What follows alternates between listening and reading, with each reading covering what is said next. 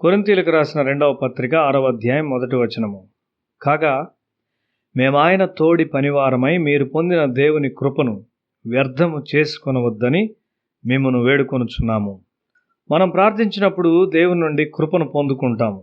అయితే దేవుని కృపను నీవు క్రమముగా ఉపయోగించుకొనకపోయినట్లయితే నీవు దాన్ని వ్యర్థముగా పొందుకుంటావు.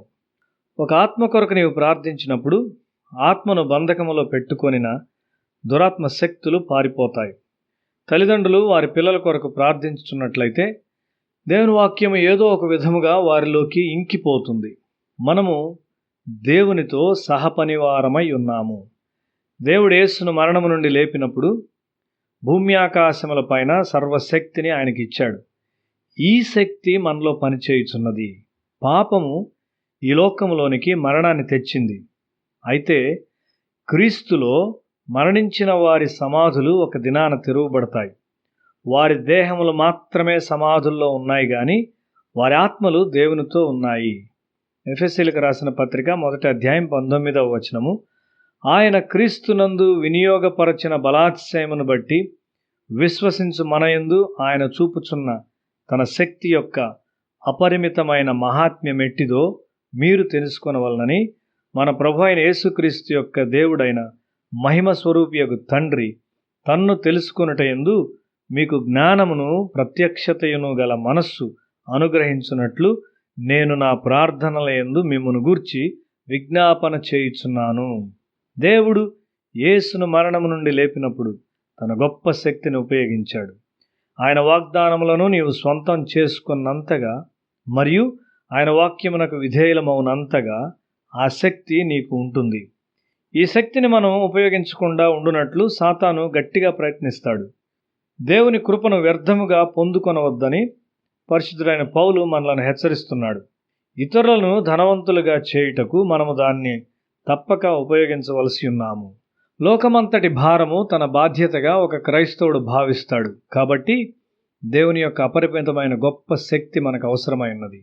దీన్ని చేయుటకు యేసు కలిగి ఉన్న ఆత్మ సంబంధమైన దీనత్వం మనకు అవసరం. మనలను మనము దేవుని చిత్తములో ఉంచుకొనుట కూడా మనకు అవసరం. అప్పుడు మనము మనుష్యులను ధనవంతులుగా చేయుదుము. పరిశుద్ధుల్లో మన స్వాస్థ్యం మనకు తెలియదు. మన కొరకైన ఈ స్వాస్థ్యమును మనం పొందుకొనుటకు దేవుడు చేసిన గొప్ప పనిని దేవుని ఆత్మ వివరించును. దేవుని వాక్యమును గూర్చిన నీ ధ్యానము లోతులేనిదైతే నీవు బలహీనముగా ఉంటావు.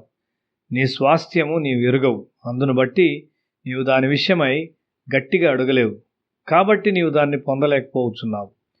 నీవు ఒక మనిషిని దేవుని జ్ఞానము వద్దకు తీసుకుని వచ్చినప్పుడు నీవు అతన్ని ధనవంతునిగా చేస్తున్నావు. ఐశ్వర్యం యొక్క నిజమైన అర్థము నిత్యమైన ఐశ్వర్యములకు గుర్తుగా ఉన్నది. ఈ లోకపు సంపద నిజమైన ధనము కాదు.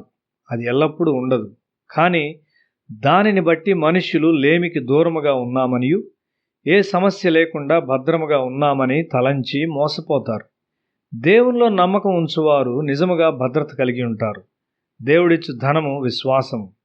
నీ విశ్వాసమును ఉపయోగించుట ఒక ఆరోగ్యకరమైన ప్రయోగం. ఇతరుల కొరకు నీవు విశ్వాసం ప్రయోగించినప్పుడు నీ విశ్వాసం పెరుగుతుంది. ఈ ప్రయోగంలో నీకు తెలియకుండా నీ రక్తము పవిత్రపరచబడును, నీ ఆరోగ్యము వృద్ధియగును. ఇది నీ ఆయుష్ను పొడిగిస్తుంది. విశ్వాసమును ప్రయోగించువారు దీర్ఘకాలము జీవించుటకు తోడ్పడును. మనము అనేకులను నిజమైన ధనవంతులుగా చేయుదుము. ఈ లోకములో ఏది నిన్ను ఓడించలేనంతగా ప్రతి అవకాశమును గురించి నీతో మాట్లాడుతూ నీ భవిష్యత్తును నీకు బయలుపరుస్తూ నీవు సిద్ధపడినట్లు దేవుడు చేయును.